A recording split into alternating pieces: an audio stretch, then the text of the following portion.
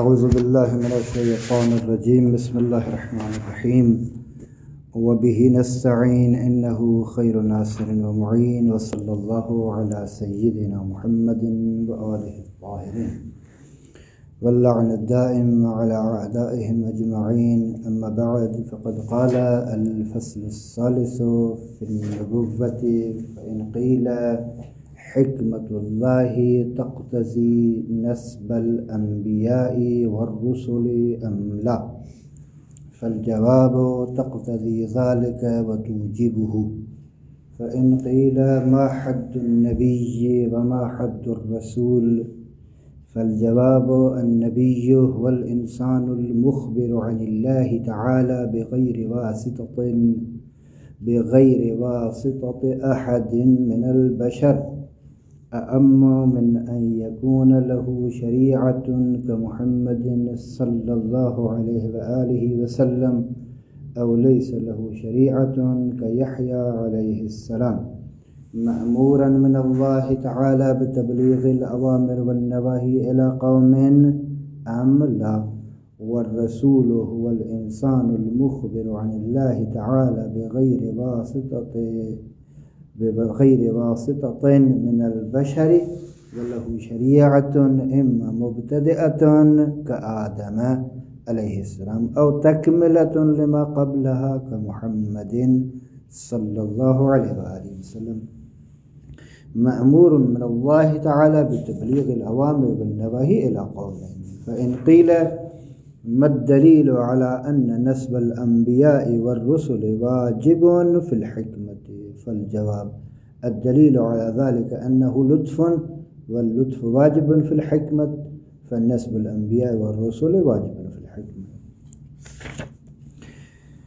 گزشتہ گفتگو میں ہم نے بحث نبوت کے لیے ایک قاعدے کی طرف اشارہ کیا تھا جس کا نام تھا قاعدہ حسن و قبح عقلی.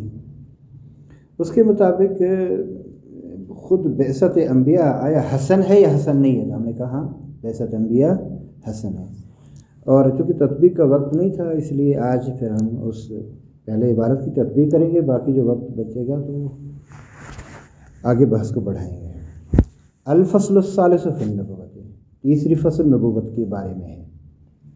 فإن قیل، اگر سوال کیا جائے، اگر آپ سے پوچھا جائے کہ حکمت اللہ تقتضی نسب الانبیاء والرسل ام لا، کہ اللہ کی حکمت انبیاء اور رسولوں کے منسوب کرنے کی، مقرر کرنے کی اقتضا کرتی ہے یا اقتضا نہیں کرتی، مقتضی ہے یا نہیں ہے، چاہتی ہے اس کو یا نہیں چاہتی ہے.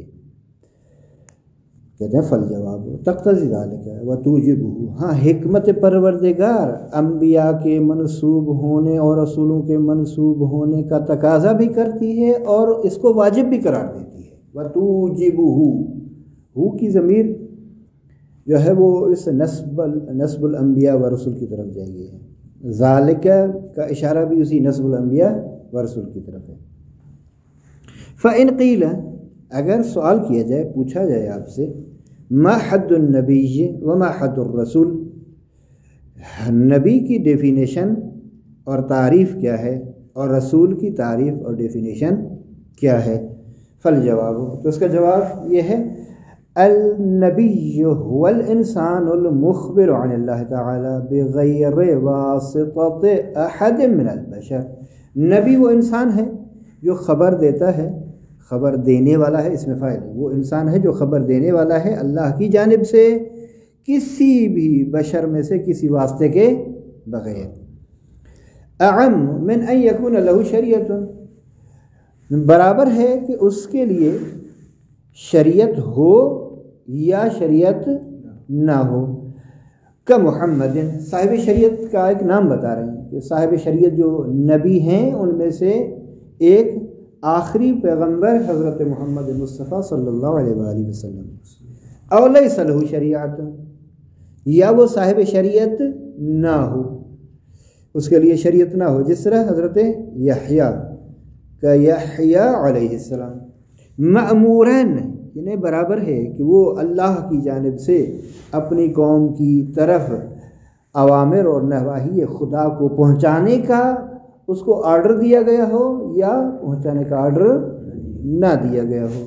مأمورا من اللہ تعالی بتبلیغ الاوامر والنواہی الی قوم ام لا والرسول هو الانسان المخبر عن اللہ تعالی.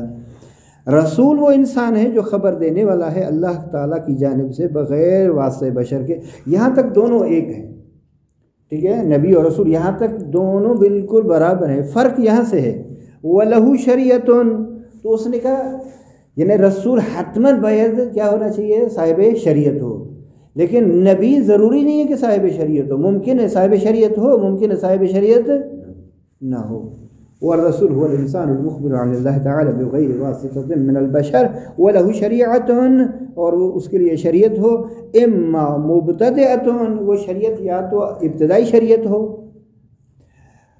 کہ آدم علیہ السلام، جس طرح آدم علیہ السلام کی شریعت آغاز والی شریعت تھی، ابتدا والی شریعت تھی. او تکملۃ لما قبلها، یا ما قبل کی تکمیل کے لیے شریعت ہو، اور وہ آخری نبی حضرت محمد مصطفیٰ صلی اللہ علیہ وآلہ وسلم کی شریعت تکملہ ہے تمام شرائع گزشتہ کا. اور تکملۃ لما قبلها کہ محمد صلی اللہ علیہ وآلہ وسلم. مأمور، وہاں یہ تھا کہ ضروری نہیں ہے کہ معمور ہو، ممکن ہے معمور ہو، ممکن ہے معمور نہ ہو. یہاں یہ ہے کہ مأمور من اللہ تعالی بتبلیغ الاوامر والنواہی الی قوم. بس دو قیود ہیں، ایک رسول میں یہ ضروری ہے کہ وہ صاحب شریعت ہو،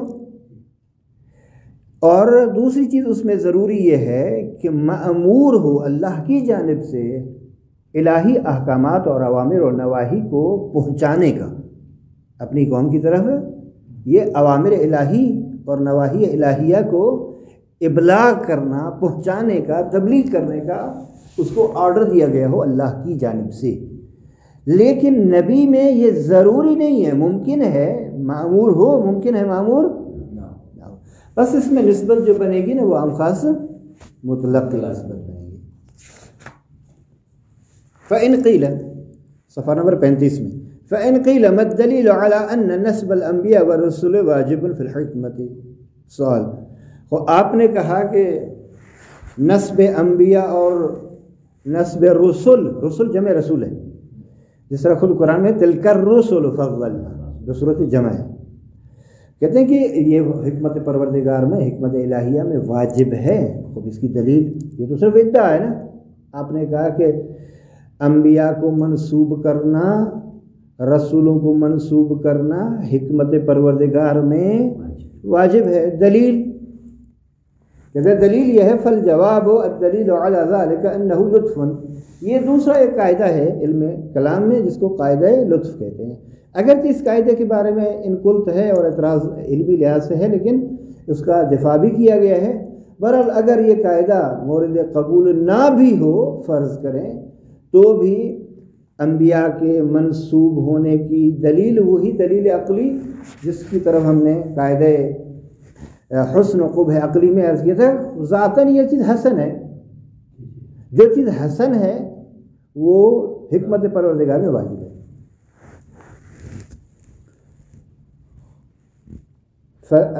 فالجواب الدلیل علی ذلك انه لطف واللطف واجب في الحکمت الہیہ فالنسب الانبیاء ورسول واجب في الحکمت الہیہ. حکمت سے مراد وہ حکمت الہیہ ہے. واضح یا اس کا ترجمہ کروں؟ دلیل اس پر یہ ہے کہ بے شک انبیاء کا منسوب کرنا اور رسولوں کا منسوب کرنا لطف ہے، اور لطف حکمت پروردگار میں واجب ہے خدا پر. پس انبیاء کا اور رسولوں کا منسوب کرنا حکمت پروردگار میں واجب ہے. فإن قیل، سوال، یہ جو آپ نے کہا لطف ہے، یہ لطف ہے کیا؟ کہتے ہیں کہ ما حد اللطف، لطف کی تعریف کیا ہے، ڈیفینیشن کیا ہے؟ فالجواب اللطف هو ما يقرب المكلف معه من الطاعة ويبعد عن المعصية. لطف ایک طاقت اور قدرت ہے معنوی جس کے ساتھ وہ مکلف طاعت کے، اطاعت سے مراد طاعت خدا ہے، اطاعت خدا کے قریب اور اللہ کی معصیت اور نافرمانی سے دور ہو جاتا ہے. ولا حظ له فی التمکین، اور تمکین میں اس کا کوئی حصہ نہیں ہوتا، اور الجا اور اکراہ اور اجبار تک بھی نہیں پہنچتا، مجبور بھی نہیں ہوتا، یعنی اس سے طاقت کو سلب نہیں کیا جاتا گناہ کی طاقت۔ اگر گناہ کی طاقت ہی سلب کر لی جائے پھر گناہ نہ کرے، یہ تو فضیلت نہیں ہے۔ ہاں، معصیت اور نافرمانی کی طاقت ہو اور پھر گناہ نہ کرے، انسان نافرمانی نہ کرے، یہ ہے عظمت، یہ ہے مقام۔ مثلا فرض کرے کہ مثال دے رہا ہوں، اندھا شخص جو ہے وہ نامحرم کو نہیں دیکھتا، وہ کسی کو ہی نہیں دیکھ رہا بیچارہ، یہ چونکہ ایک طاقت ہے جو اس سے سلب ہو چکی ہے، اب وہ کسی سبب سے، اس سے بحث نہیں ہے۔ اب یہ کہیں کہ وہ نامحرم کو نہیں دیکھتا، یہ فضیلت نہیں ہے اس کی، وہ تو نامحرم کے محرم کو بھی نہیں دیکھتا۔ فضیلت یہ ہے کہ یہ آنکھیں ہوں اور پھر نامحرم بنا دے گی۔ لہذا انبیاء کے لیے ہے کہ یہ انبیاء سے وہ طاقت اور قدرت بر گناہ اور نافرمانی اور معصیت چھین نہیں لی جاتی، ان کو مجبور اور مکرہ نہیں قرار دیا جاتا، بلکہ ان میں طاقت ہوتی ہے، لیکن طاقت کے باوجود اللہ کی نافرمانی نہیں کرتے۔ واضح ہوئی بات یہاں تک؟ فَإِنْ قِيلَ مَا الدَّلِيلُ عَلَىٰ أَنَّ اللُّطْفَ وَاجِبٌ فِي الْحِكْمَةِ۔ سوال اب وہاں دیکھیں، یہ زنجیریں ہے، کڑی سے ملی ہوئی ہے۔ سوال کہ اگر دلیل کیا ہے اس بات پر کہ لطف اللہ کی حکمت میں واجب ہے، حکمت پروردگار میں لطف کا واجب ہونا دلیل چاہیے نا، صرف ادعا ہے آپ کا یہ، اس کے لیے دلیل دے رہے ہیں۔ فَإِنْ قِيلَ فالجواب الدلیل علی وجوبہ توقف غرض المکلف علیہ فیکون واجبا فی الحکمت وہو المطلوب۔ دیکھیں اس دلیل یہ دے رہے ہیں کہ مکلف پروردگار، مکلف انسان، ہدف تکلیف اور غرض تکلیف کی برگشت بھی خود انسان کی طرف، تو اس کے فائدے، وہ مکلف کو اس کا کوئی فائدہ نہیں۔ جتنے بھی احکامات اور دستورات اللہ کی جانب سے ہیں وہ خود انسان کے فائدے میں ہے، جو بھی انسان عمل انجام دیتا ہے وہ خود انسان کے فائدے میں ہے، اللہ سے اس کو کوئی فائدہ نہیں، کیونکہ وہ بے نیاز ہے۔ فائدہ کا اس وقت تصور ہوتا ہے جب نیاز مندی ہو، جب وہ نیاز مند ہی نہیں ہے تو اس کو کس چیز کا فائدہ پہنچے گا؟ تو اللہ نے جو مکلف ہے، یہ دیکھیں ایک بحث کلامی ہے، بڑی زبردست بحث کلامی، بحث تکلیف، اور اس پہ کتابیں بھی لکھی گئی ہیں علماء کی جانب سے۔ شہید ثانی کے بھی ایک وہ رسالہ ہے اسی تکلیف کے بارے میں، سید مرتضیٰ نے بھی اپنی کتابوں میں بھی اشارہ کیا ہے، الذخیرہ فی علم الکلام میں اور دوسری کتابوں میں۔ بہرحال یہ بحث تکلیف ہے کہ خود تکلیف جو ہے، اور اس کتاب میں شرح باب ہادی عشر میں بھی بحث نبوت سے پہلے بحث تکلیف ہے، حسن تکلیف، اور اس کے غرض اور اس سے مربوط جو مسائل ہیں، اس سے یہ دیکھیں شرائط حسن تکلیف، یہ ایک بحث ہے، یعنی بحث کلامی ہے، زبردست ہے۔ اور اس کے بعد پھر حکمت پروردگار میں تکلیف کا واجب ہونا، اور پھر دوسری چیزیں، نتیجہ یہ ہے کہ یہ ضروری بحثوں میں سے ہے، جس کا لب لباب اور خلاصہ مطلب یہ ہے کہ اللہ تبارک و تعالیٰ نے انسان کو مکلف قرار دیا ہے، اور اس مکلف کے لیے کچھ شرائط ہیں، مکلف کے بھی کچھ شرائط ہیں، خود تکلیف کے بھی کچھ شرائط ہیں، جن کی تفصیل انشاءاللہ بعد میں بیان کر دی جائے گی۔ اب دیکھیں، کہتے ہیں کہ مکلف کا مقصد انسان کو خلق کرنے سے اور انبیاء کے بھیجنے سے کیا ہے؟ اللہ نے انبیاء کو بھیجا، کیوں بھیجا بھائی؟ ٹھیک ہے، اور اصل انبیاء کو بھیج کیوں رہے ہیں؟ انسان کی ہدایت کے لیے۔ انسان ذات کی ہدایت کے لیے بھیج رہے ہیں. اور انسان کو خلق کیوں کیا ہے؟ تاکہ اللہ کے مقرب ہو جائے، ایک تعبیر، تاکہ اللہ کی عبادت کرے، دوسری تعبیر. البتہ وہ اس اہداف میں سے بھی ایک ہدف ہے، بہت اعلیٰ ہدف ہے اور ایک ابتدائی ہدف ہے. یہ انسان کو وما خلقت الجن والانس الا لیعبدون، یعنی عبادت کرے، ایک تعبیر. دوسری تعبیر یعبدون سے مراد یعرفون ہے، معرفت، کیونکہ جب معرفت صحیح سے ہوگی تو عبادت بھی ہوگی، وگرنہ ممکن ہے کہ عبادت ہو لیکن صحیح سے معرفت نہ ہو. لہذا یا دوسری تعبیرات بھی مختلف ہیں. اصل یہ ہے کہ انسان اللہ کے مقرب ہو جائے، اللہ کے قریب ہو جائے. یہ ہے ہدف، غرض از خلقت انسان. اس ہدف کو پورا کرنے کے لیے ضروری ہے کہ اللہ اس عبادت کا طریقہ بتلائے، ٹھیک، اور اللہ اس معرفت کروائے صحیح سے اپنی، اور اللہ اپنے تقرب کا ذریعہ اور وسیلہ بتائے کہ یہ چیزیں موجب تقرب ہیں.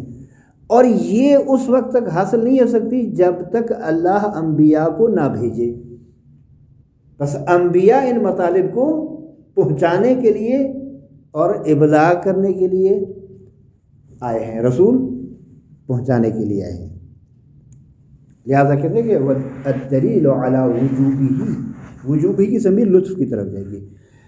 لطف کے وجوب پر دلیل یہ ہے توقف غرض المکلف علیہ، اس نسب الانبیاء و رسول پر غرض مکلف ڈیپینڈ کر رہی ہے، موقوف ہے. فیکون واجبا فی الحکمت. میں اس کی ایک مثال دے دوں نا. بھئی کسی عام سے شخص نے جو مولا ہے کسی کا، مثلا جس کو ایک مولویت حاصل ہے، فرض کریں کہ مثال دے رہا ہوں، امام معصوم ایک شخص کو کہتے ہیں کہ میرے لیے وہ چیز لاؤ. اس چیز کا لانا ڈیپینڈ کرتا ہے کہ یہ بندہ اٹھے اور جائے اور لے کر آئے. اب یہ جو اس کا اٹھنا اور جانا ہے یہ ضروری ہے یا ضروری نہیں ہے؟ ضروری ہے. بس اسی طرح ہے، اصل ہدف تک پہنچنے کے لیے انبیاء کا بھیجنا یہ کیا تھا؟ ہاں، منحصر ہے. یعنی اس وقت تک وہ ہدف پورا نہیں ہوگا جب تک انبیاء کو منسوب نہیں کیا جائے گا. عبارت دیکھیں، یہ ہو گیا میرے خیال میں. فَإِنْ قِيلَ مَنْ نَبِيُّ هَذِهِ الْأُمَّةِ. سوال، اس امت کا نبی کون ہے؟ اس امت کا نبی کون ہے؟ فالجواب الدلیل علی ذلك انه فالجواب محمد بن عبد الله بن عبد المطلب بن ہاشم بن عبد مناف صلی اللہ علیہ وآلہ وسلم. محمد ہمارے آخری نبی کا نام ہے جس کا مشہور لقب مصطفیٰ ہے. ابو القاسم ان کی کنیت ہے، ٹھیک، اور فرزند ہیں حضرت عبداللہ کے. یہ والد گرامی ہیں پیغمبر اکرم کے. عبد المطلب پیغمبر کے دادا ہیں، اور ہاشم پھر پردادا ہیں، اور اسی طرح عبد مناف بھی اس سے اوپر والے دادا ہیں. فَإِنْ قِيلَ، تو یہ واضح ہوا کہ اس امت کے نبی جو ہے اللہ کی جانب سے بھیجے گئے، اس کے بعد کوئی نبی نہیں ہے، وہ حضرت محمد مصطفیٰ صلی اللہ علیہ وسلم. اور یہاں سے بحث انبیاء کی نبوت کا سلسلہ بھی ختم ہو جاتا ہے. آخری نبی ہے، اور جو ختم نبوت کا انکار کرے وہ یقیناً دائرہ اسلام سے خارج ہے اور باہر ہے. اب فرماتے ہیں کہ فَإِنْ قِيلَ مَا الدَّلِيلُ عَلَىٰ نُبُوَّتِهِ. دیکھیں ہمارے پاس نبوت کی دو قسمیں، ایک نبوت عامہ ہے اور ایک نبوت خاصہ ہے. نبوت عامہ میں بحث ہے کہ آیا نبی کا ہونا ضروری ہے یا نہیں ہے، ٹھیک. یہ اسے اصل یعنی نسب انبیاء اور رسول کے بارے میں جو بحث ہے اس کو نبوت عامہ میں شامل کیا جاتا ہے. اچھا، ایک خاص نبی کی نبوت کو ثابت کرنا یہ نبوت خاصہ ہے۔ اب تک جو بحث ہو رہی تھی وہ کس میں تھی؟ نبوت عام تھی۔ یہاں سے جو نبوت وہ بحث ہے وہ نبوت خاصہ کے بارے میں ہے۔ لہذا دلیل کیا ہے پیغمبر کی نبوت پر؟ کہتے ہیں الدلیل علی ذلک انہ ادعا النبوت، پیغمبر اکرم نے دعوی نبوت کیا، ادعا کیا نبوت کا، یعنی کہا کہ میں اللہ کی جانب سے نبی ہوں، رسول ہوں، اللہ نے مجھے منسوب کیا ہے، وہ عنوان نبی۔ وظہر المعجز علی یدہ، اور معجزہ آپ کے ہاتھوں پر ظاہر ہوا ہے۔ وکل من ادعى النبوۃ وظہر المعجزۃ یا معجزہ علی یدہ فہو نبی حقا۔ یہاں دو چیزیں ہیں۔ پہلی چیز یہ ہے کہ آپ صلی اللہ علیہ وآلہ وسلم نے ادعائے نبوت کیا، اس میں کوئی شک نہیں ہے، ٹھیک؟ آپ نے کہا میں اللہ کی جانب سے نبی ہوں، وہ انہوں نے نبی بھیجا گیا ہوں۔ دوسری بات، آپ کے ہاتھ سے مراد یہاں یعنی آپ نے معجزے دکھلائے، وہ ہاتھ کے معجزوں کی طرف بھی اشارہ کریں گے۔ تو ہر وہ شخص جس میں یہ دونوں چیزیں ہوں، ایک ادعا کرے کہ میں اللہ کی جانب سے مقرر کردہ نبی ہوں، اور دوسری بات جو ہے اس تائید کے لیے یہ میں واقعاً اللہ کی جانب سے بھیجا گیا نبی ہوں، یہ طاقت اور قدرت چاہیے اس کے پاس کہ جو لوگوں کو اس طاقت اور قدرت کے ذریعے سے مطمئن کر سکے کہ میں واقعاً نبی ہوں۔ چونکہ ظاہر ہے جب منصب عظیم ہو تو انسان اس عظیم منصب کے لیے جھوٹے افراد بھی اس کا سہارا لیتے ہیں اور دعویٰ کرتے ہیں کہ میں ہوں۔ تو اس کی تائید اور تردید کے لیے معیار کیا ہے؟ معیار ہے اللہ کی جانب سے مؤید ہونے کا معیار، وہ ایک طاقت اور قدرت ہے جو اللہ پیغمبر کو دیتا ہے تاکہ اپنے اس منصب کو ثابت کر سکے، اس کی وجہ سے جسے ہم آیت بینہ کہتے ہیں قرآن کی روشنی میں، اور علم کلام میں اس کو عنوان معجزہ یاد کیا جاتا ہے۔ اور یہ دونوں چیزیں جس میں ہوں یقیناً وہ نبی ہے، بس یہ دونوں چیزیں پیغمبر میں ہیں لہذا وہ نبی ہے۔ فالجواب الدلیل علی ذلك انه ادعى النبوة وظهر المعجز على يده وكل من ادعى النبوة وظهر المعجز على يده فهو نبی حقا، وہ حقیقی نبی ہے۔ واضح عبارت یا اور بیان کروں اس کو؟ فالجواب فإن قیل ما حد المعجز، اچھا معجزے کی ڈیفینیشن کیا ہے، تعریف کیا ہے؟ ہم تو ویسے ہر چیز کو معجزہ سمجھنے لگ جاتے ہیں نا، یہ عوام میں یہ چیز ہے، ممکن ہے علماء نہ سمجھیں لیکن عام افراد جو ہے نا ہر شے کو معجزہ سمجھتے ہیں، جو کہ صحیح نہیں ہے۔ معجزہ وہ ایک امر ہے جو خارق العادہ ہے، ایک اس کا حصہ یہ ہے خارق العادہ، اور تحدی اور چیلنج کے ساتھ ہو دو۔ تیسری چیز مطابق دعویٰ ہو۔ چوتھی چیز اس طرح کا عمل مخلوق سے سرزد نہ ہو سکتا ہو، یعنی اس کے لیے دوسروں کا لانا محال ہو۔ ٹھیک ہے، تو یہ ہے اگر یہ چیزیں ہوں گی تو معجزہ کہلائے گا، اگر نہیں ہوں گی بس معجزہ کیوں لایا جاتا ہے؟ اس لیے تاکہ منصب الہیہ کو ثابت کیا جا سکے، اور عام لوگ جو ہے وہ توقع رکھتے ہیں کہ نبی ہر چیز کے لیے معجزہ دکھا دے۔ جو ایمان نہیں لا رہا، فرض کریں حجت اتمام ہو چکی ہے، معجزے ہو چکے ہیں، پھر بھی ایمان نہیں لا رہا، تو پھر نبی اپنا پاور استعمال کرے، نہیں، مجبور نہیں کرنا، ٹھیک ہے؟ یا ہر جگہ پر معجزہ کیوں نہیں دکھلایا؟ ہر جگہ پر معجزہ، یعنی اس کا مطلب یہ ہے کہ تمہیں زیادہ پتہ ہے اس نبی سے یا اس رسول سے جو معجزہ ایک خاص مورد میں دکھلا رہا ہے ایک دوسرے مورد میں نہیں دکھلا رہا، کیا مطلب اس کا؟ یہ ان کی یہ جو تجویزات ہیں، اس کی جو افراد کی منمانی اور دل بخواہ جو تجویزات ہیں، ہر ایک پر معجزہ تو نہیں ہو سکتا نا، سب پھر اس معجزے کی حیثیت نہیں رہے گی، ویلیو نہیں رہے گی۔ تو بھلا یہ چار چیزیں ہونی چاہیے۔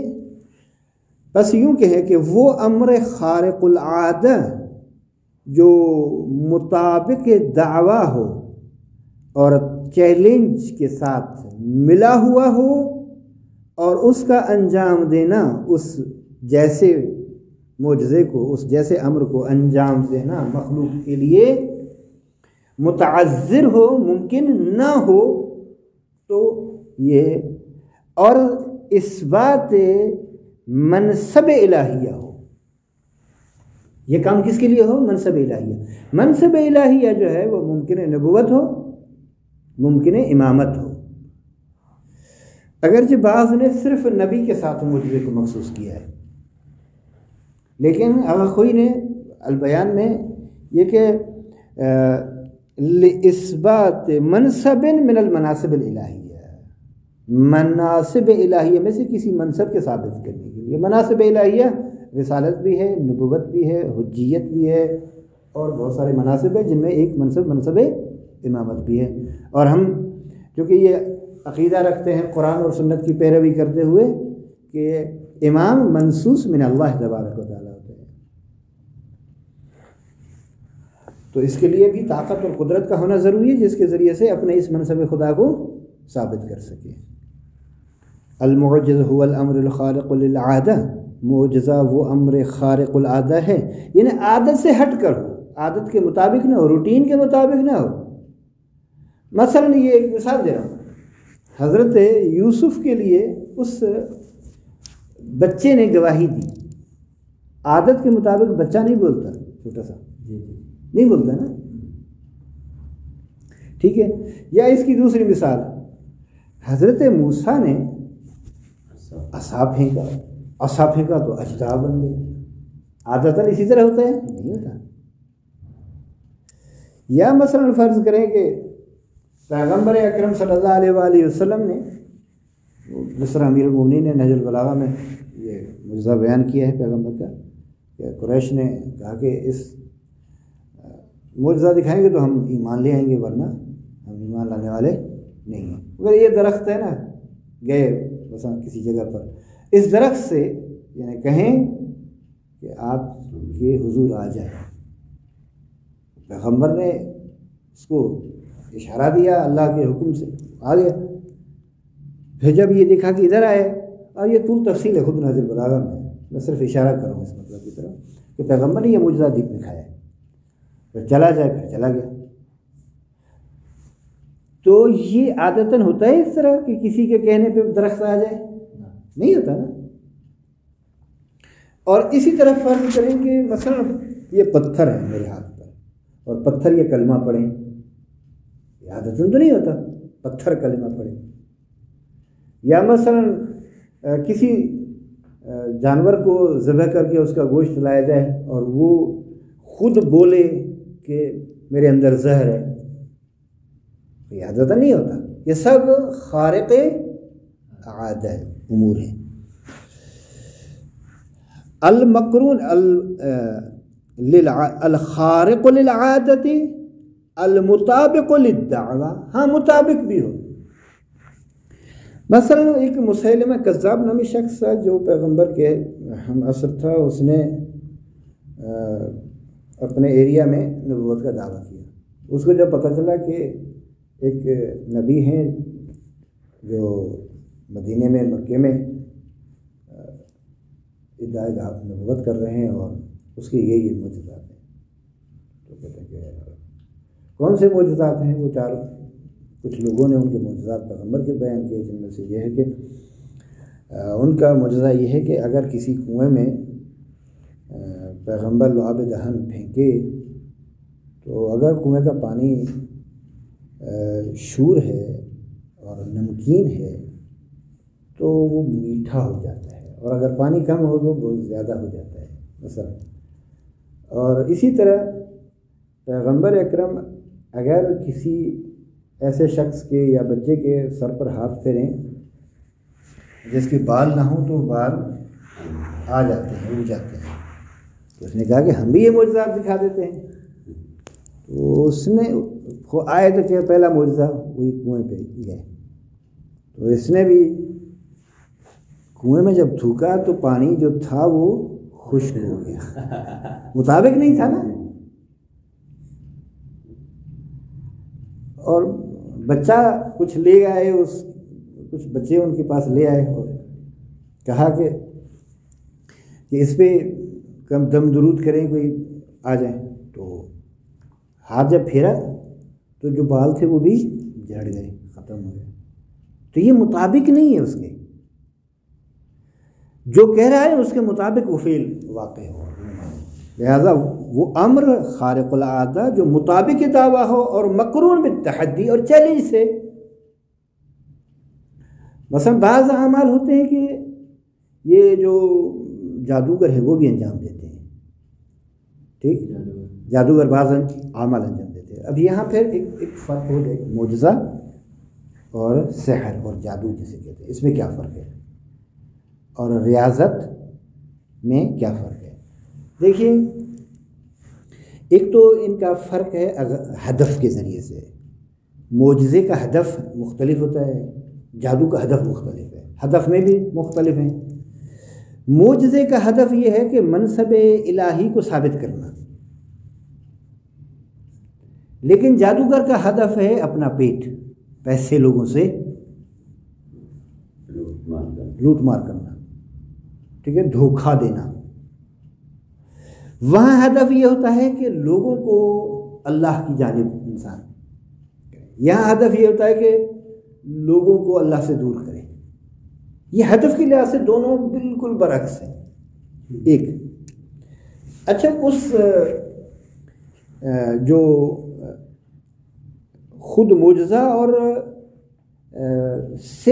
سحر اور جادو جو ہے ماہیتاً بھی مختلف ہے، ایک تو ہدف کے لحاظ سے بھی مختلف ہیں، ماہیت کے لحاظ سے بھی مختلف ہے، کیونکہ اس میں سحر میں کچھ اسباب کی ضرورت ہوتی ہے، جن کے ذریعے سے وہ جادو کرتا ہے، وہاں اسباب کی ضرورت نہیں ہے۔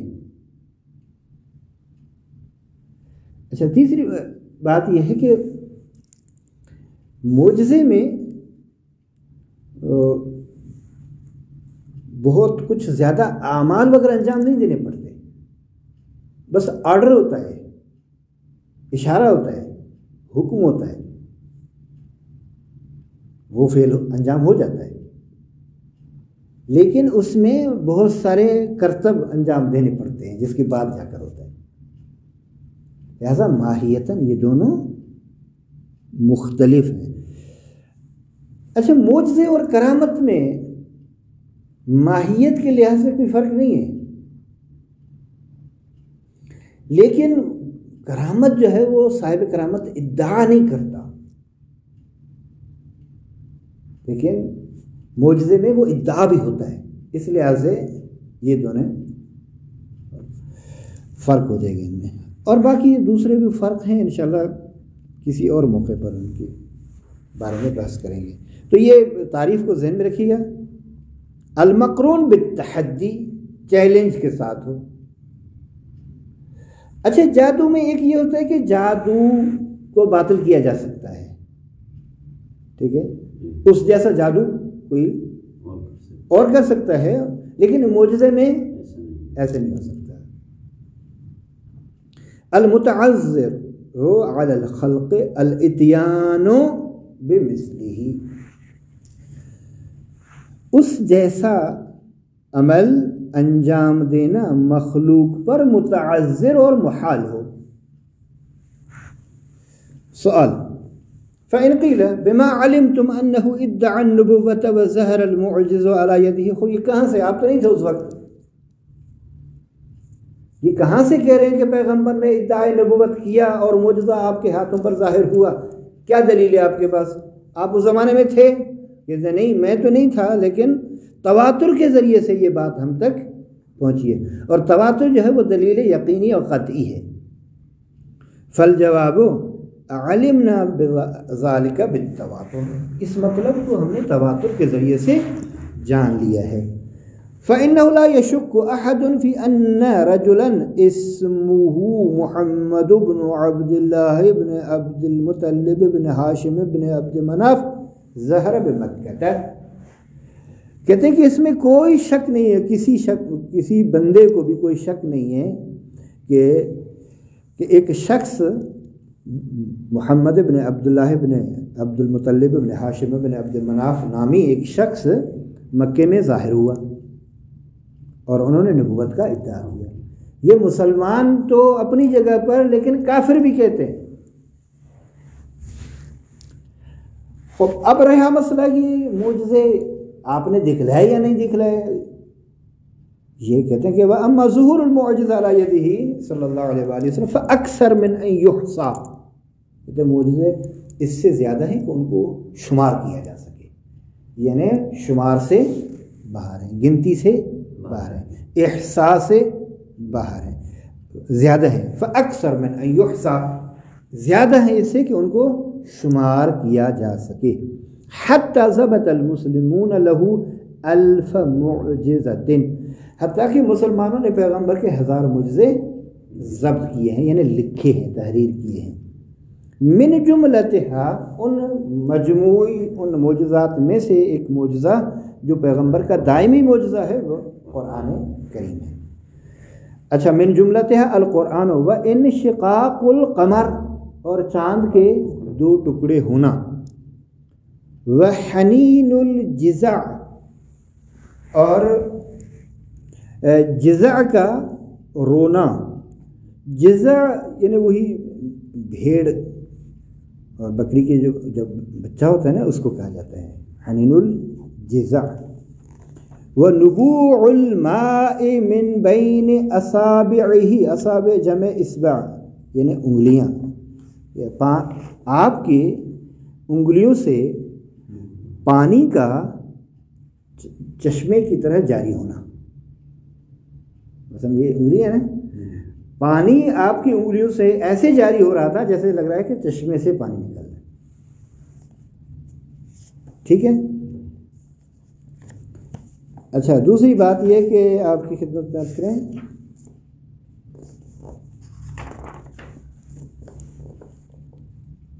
وَخَتْمُ الْحِصَى فِي كَفِّهِ، پتھروں کا آپ کے ہاتھوں پر کلمہ پڑھنا، ٹھیک۔ دوسرے لفظوں میں سنگریزوں کا آپ کے دست مبارک پر تسبیح خدا کرنا، ختم الحصى فی کفہ۔ وشکایت البعیر، اونٹ کا آپ کی خدمت میں شکایت کرنا۔ والسلام الغزالہ، اور ہرنی کا آپ کو، ہرن سمجھتے ہیں نا، ہاں جی، آہو جسے فارسی میں کہتے ہیں، وہ سلام کیا پیغمبر اکرم کو اس نے۔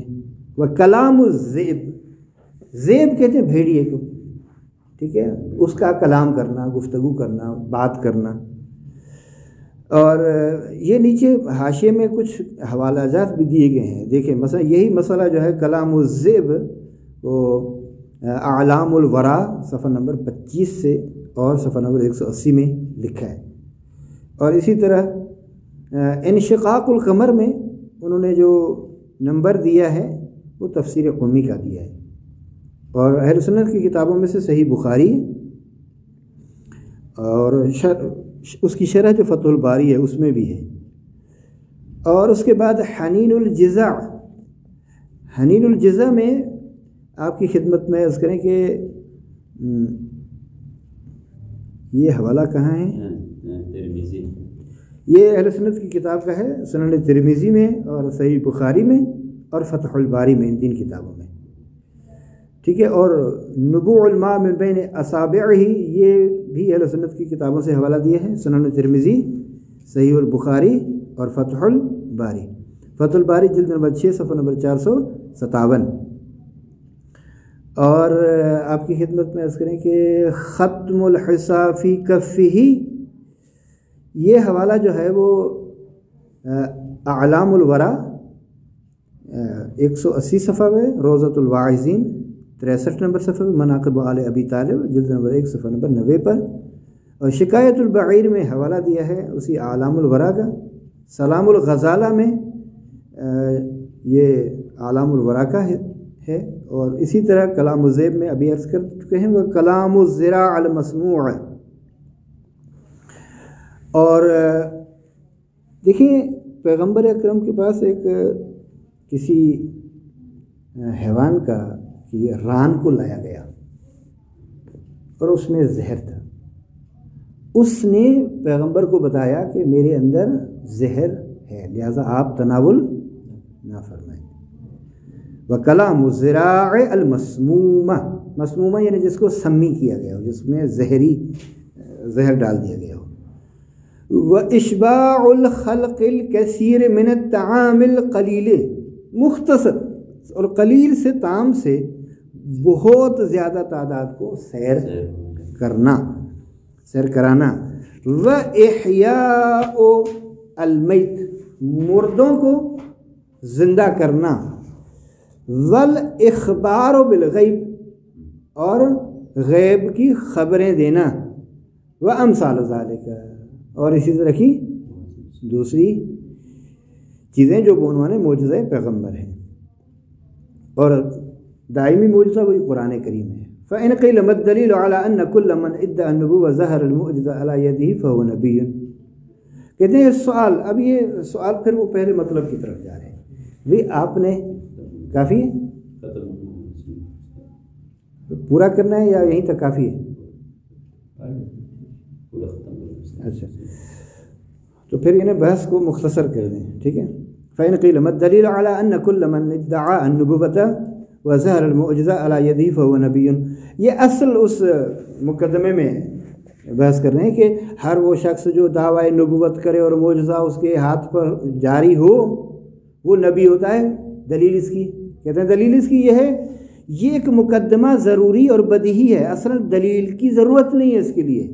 هذه مقدمة ضرورية لا تفتقر إلى دليل لأن ننبهه عليها فنقول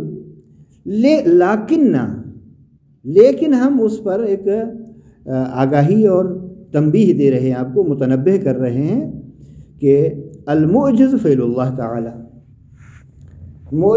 معجزہ کس کا عمل ہے؟ اب اس میں وہ ہے اختلاف ہے، بعض کہتے ہیں فعل خدا ہے، بعض کہتے ہیں فعل نبی ہے۔ انہوں نے کیا کہا ہے کہ معجزہ فعل خدا ہے، وَهُوَ قَائِمٌ مقام التصدیق، خود معجزہ جو کہ فعل اللہ ہے، یہ فعل خدا قائم مقام ہے تصدیق نبی کے۔ وَمَنْ صَدَّقَهُ اللَّهُ فَهُوَ صَادِقٌ، اور جس کی تصدیق اللہ کرے وہ یقیناً اپنے عمل میں، فعل میں، قول میں صادق ہے۔ فَهُوَ صَادِقٌ، کیوں؟ لِاسْتِحَالَةِ أَن يُصَدِّقَ اللَّهُ الْكَذَّابَ، کیونکہ محال ہے کہ اللہ جھوٹے شخص کی تصدیق کرے۔ بس نتیجہ کیا ہوا؟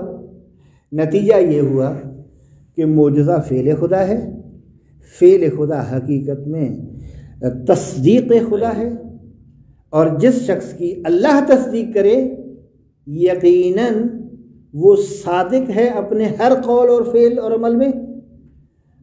بس نتیجہ یہ کہ پیغمبر اکرم یا ہر وہ نبی جو بعنوان نبی ہو کر آیا ہے، اگر یہ ادعا کرتا ہے کہ میں نبی ہوں اور معجزہ دکھلاتا ہے تو یقیناً یہ نبی ہے اللہ کی جانب سے مقرر کردہ ہے۔ کیوں؟ کیونکہ اللہ نے اس کی تائید کی ہے، اللہ نے اس کو ایک طاقت اور قدرت دیا ہے جس کا نام ہے معجزہ، اور یہ اللہ کا معجزہ دینا اور اللہ کی تائید اللہ کی تصدیق ہے، یہ ہمارا ہے، ہم نے اس کو بھیجا ہے نبی بنا کر۔ فَإِنْ قِيلَ ھذا النبی الذی اثبتتموہ معصوم ام لا، تو یہ نبی جس کی نبوت کو آپ نے ثابت کیا پیغمبر اکرم آیا معصوم ہے یا نہیں ہے؟ بحث عصمت کی طرف اب جا رہے ہیں، کہتے ہیں فالجواب معصوم من اول عمرہ الی آخرہ، معصوم ہے نہ یہ کہ صرف اس تبلیغ رسالت کے دوران، جس طرح اہل سنت کا نقطہ نظر ہے کہ فقط تبلیغ رسالت میں معصوم ہے، نہیں، من اول عمرہ الی آخرہ، اول عمر سے آخر عمر تک کس چیز سے معصوم ہے؟ ان السہو والنسیان والذنوب الکبائر والصغائر عمدا وسہوا، ٹھیک ہے، ہر چیز سے، سہو و نسیان سے بھی پاک اور پاکیزہ ہے، گناہ کبیرہ اور صغیرہ دونوں سے، وہ صغیرہ ہوں کبیرہ ہوں، اور ساتھ ساتھ عالماً عامداً انجام دیے جائیں یا غلطی سے بھول کر، لہذا عمدن ہو یا سہواً۔ فَإِنْ قِيلَ مَا حَدُّ الْعِصْمَةِ، سوال عصمت کی ڈیفینیشن اور تعریف کیا ہے، کیونکہ ابھی یہاں رکنا نہیں ہے، اگر رکیں گے تو ختم نہیں ہو پائے گا۔ فالجواب العصمۃ لطف، عصمت وہ ایک لطف پروردگار ہے، یفعلہ اللہ تعالی بالمکلف، یہ لطف اللہ انجام دیتا ہے اپنے مکلف کے ساتھ، یعنی جس بھی شخص کو اللہ پسند کرے اس کو اپنا مورد لطف قرار دیتا ہے، بحیث یمنع منہ وقوع المعصیہ، اس طرح کہ معصیت کا اس سے واقع ہونا ممتنع ہو جاتا ہے۔ البتہ یہ میں نے پہلے بھی کہا کہ قدرت ہوتی ہے معصیت پر، قدرت پر گناہ ہوتی ہے لیکن انجام نہیں دیتے، قدرت کے باوجود معصیت نہیں ہوتی، اس سے گناہ نہیں ہوتا اس سے۔ اچھا، یمتنع منہ وقوع فاعل ہے یمتنع کا، وقوع المعصیت، معصیت کا واقع ہونا، وترک الطاعۃ مع قدرتہ علیہما، علیہما کی ضمیر وقوع المعصیت اور ترک الطاعت پر ہے، یعنی اللہ کی اطاعت کا ترک کر دینا، چھوڑ دینا، یہ بھی ایک گناہ ہے اور نافرمانی ہے اللہ کی۔ بس معصیت کا اس سے واقع ہونا اور ترک الطاعت جبکہ قدرت ہو ان دونوں پر اس کی، یعنی اسے اگرچہ قدرت ہو لیکن پھر بھی وہ انجام نہیں دیتا۔ فَإِنْ قِيلَ مَا الدَّلِيلُ عَلَىٰ أَنَّهُ مَعْصُومٌ مِّنْ أَوَّلِ عُمْرِهِ إِلَىٰ آخِرِهِ، خود پیغمبر اکرم صلی اللہ علیہ وسلم کی معصوم ہونے پر دلیل کیا ہے کہ اول عمر سے معصوم ہے آخر عمر تک۔ فالجواب الدلیل علی ذلك انه لو عهد منه في سالف عمره سهو او نسيان لارتفع الوثوق عن اخباراته، کہتے ہیں کہ دیکھیے اگر صرف اس عہد نبوت میں اور اس پیریڈ میں جس میں آپ کو وہ عنوان نبی بھیجا گیا اللہ کی جانب سے، کہتے ہیں اس کی وقت تو اہل سنت میں سے بھی بعض مانتے ہیں نا کہ معصوم ہے، ٹھیک، لیکن ہم کہتے ہیں کہ اس سے پہلے بھی تو زندگی ہے نا، افراد میں زندگی کر رہا ہے، یہی افراد جن میں کل آ کر یہ مبعوث ہوگا اور کہے گا کہ میں اللہ کی جانب سے نبی، اگر اس سے اس سابقہ دور میں اس سے پہلے جو بعثت سے پہلے والا دور ہے اس میں یہ لوگ اگر دیکھیں گے کہ یہ تو بھول جاتا ہے، یہ تو فراموش کار ہے، یہ تو مثلا خیانت کار ہے، یہ تو فرض کریں گے برے برے افعال انجام دے رہا ہے، تو مبعوث ہونے کے بعد مانیں گے اس کو، اعتماد کریں گے؟ نہیں کریں گے۔ لہذا کہتے ہیں کہ الدلیل علی ذالک، دلیل اس پر یہ ہے کہ انہ لو عہد منہ، اگر اس سے معہود اور معلوم اور مشہور ہو، فی سالف عمری، سالف عمری یعنی گزشتہ عمر میں، سہون او نسیان، تو کیا ہو جائے گا، اس کے جتنی بھی خبریں دینا ہیں ان سب خبروں سے کیا ہو جائے گا، اعتماد اور بھروسہ اٹھ جائے گا، ارتفع، اٹھ جائے گا وثوق، بھروسہ، اعتماد، ان اخبارات ہی، آپ کی جتنی بھی خبریں ہیں ان سے، خبروں کے دینے سے۔ وَلَوْ أُهِدَ مِنْهُ خَطِيئَتُهُ خطیئتن، اگر اس زمانے میں مشہور ہو ایک خطا اس سے سرزد ہونے میں، معہود ہو، مشہور ہو اس کے لیے. لنفرت العقول من متابعته، تو عقول اس کی پیروی کرنے سے متنفر ہو جائیں گے، یعنی دور بھاگیں گے. فتبطل فائدۃ البعثہ، بس جس ہدف کے لیے بھیجا گیا تھا وہ حاصل نہیں ہوگا، وہ باطل ہو جائے گا. دیکھیے اگر کوئی اناد اور ہٹ دھرمی کی وجہ سے ان کی بات نہیں مان رہا، یہ اور ہے، ٹھیک ہے، بہت سارے افراد نے نہیں مانی بات، تو حتیٰ کہ حضرت نوح کو بد دعا کرنی پڑی، یہ اور بات ہے. لیکن جو ہٹ دھرم نہیں ہے، جو متعصب نہیں ہے، جو شخص اناد اور دشمنی نہیں رکھتا اور عقل سلیم رکھتا ہے، اس تک پیغمبر کی وہ بات پہنچتی ہے، اور کیونکہ وہ پیغمبر کو معصوم سمجھتا ہے لہذا وہ ہر بات اس کی قبول کرنے کے لیے تیار ہو جاتا ہے. فَإِنْ قِيلَ هَلْ عَلِمْتُمْ مِنْ دِينِهِ أَنَّهُ خَاتَمُ الْأَنْبِيَاءِ أَمْ لَا، سوال یہ بحث ختم نبوت سے مربوط ہے. یہاں سے ختم نبوت کا کہتے ہیں کہ کیا تم جانتے ہو پیغمبر اکرم کے دین سے کہ آپ خاتم الانبیاء ہیں، یعنی آپ آخری نبی ہیں. فالجواب علمنا ذلك من دینہ صلی اللہ، ہاں یعنی اس سے مطلب یہ کہ دلیل عقلی نہیں مانگ رہے آپ سے، یہاں سے دلیل عقلی نہیں مانگ، یہاں سے کون سی دلیل مانگ رہے؟ دلیل قرآن اور سنت سے دلیل مانگ رہے ہیں. من دینی میں دونوں چیزیں شامل ہیں نا، یعنی دلیل عقلی نہیں چاہیے، ہم دلیل عقلی نہیں مانگ رہے، ہمیں آپ دلیل نقلی دے دیں، دلیل شرعی دے دیں، یعنی قرآن اور سنت سے بتائیں کہ پیغمبر خاتم نبی ہے. اچھا فَإِنْ قِيلَ بِمَا عَلِمْتُمُوهُ، بھی آپ نے کہاں سے جان لیا پیغمبر کے دین سے کہ آپ صلی اللہ علیہ وآلہ وسلم خاتم النبیین ہیں؟ آیا قرآن میں لکھا ہوا ہے؟ کہتے ہاں. کہتے کہاں قرآن میں لکھا ہوا ہے؟ فالجواب علمنا ذلك بالقرآن الکریم، قرآن کریم میں سورہ احزاب کی آیت نمبر 40 میں یہ لکھا ہوا ہے. وہ وما محمد الا رسول، کون سی آیت ہے یہ؟ وما کان محمد ابا احد من رجالکم ولکن رسول اللہ و خاتم النبیین، یہ آیت ہے جو یہاں خود لکھی ہے انہوں نے. والحدیث اما القرآن فقوله تعالی ما کان محمد ابا احد من رجالکم، نہیں ہے محمد تم مردوں میں سے کسی ایک کے والد، ولیکن رسول اللہ و خاتم النبیین، لیکن وہ اللہ کے رسول ہیں اور خاتم نبیین ہیں.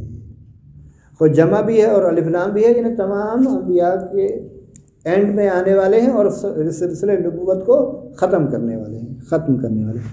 وہ اما الحدیث، حدیث بڑی زبردست لکھی ہے جو متواتر حدیث ہے، اور یہاں سے بحث نبوت کو ختم کر کے ربط دیا ہے بحث امامت کے ساتھ، ایک حلقہ وصل ہے یہ حدیث بڑی زبردست. وَأَمَّا الْحَدِيثُ فَقَوْلُهُ عَلَيْهِ السَّلَامُ لِعَلِيٍّ عَلَيْهِ السَّلَامُ، آپ صلی اللہ علیہ وسلم کا ارشاد گرامی علی بن ابی طالب کے لیے کہ خطاب کیا امیر المومنین صلوات اللہ علیہ وسلم علیہ کہ انت منی بمنزلت ہارون من موسیٰ الا انہ لا نبی بعدی، اے علی آپ کو مجھ سے وہی نسبت حاصل ہے جو ہارون کو موسیٰ سے تھی، سوائے اس کے کہ میرے بعد کوئی نبی نہیں ہے.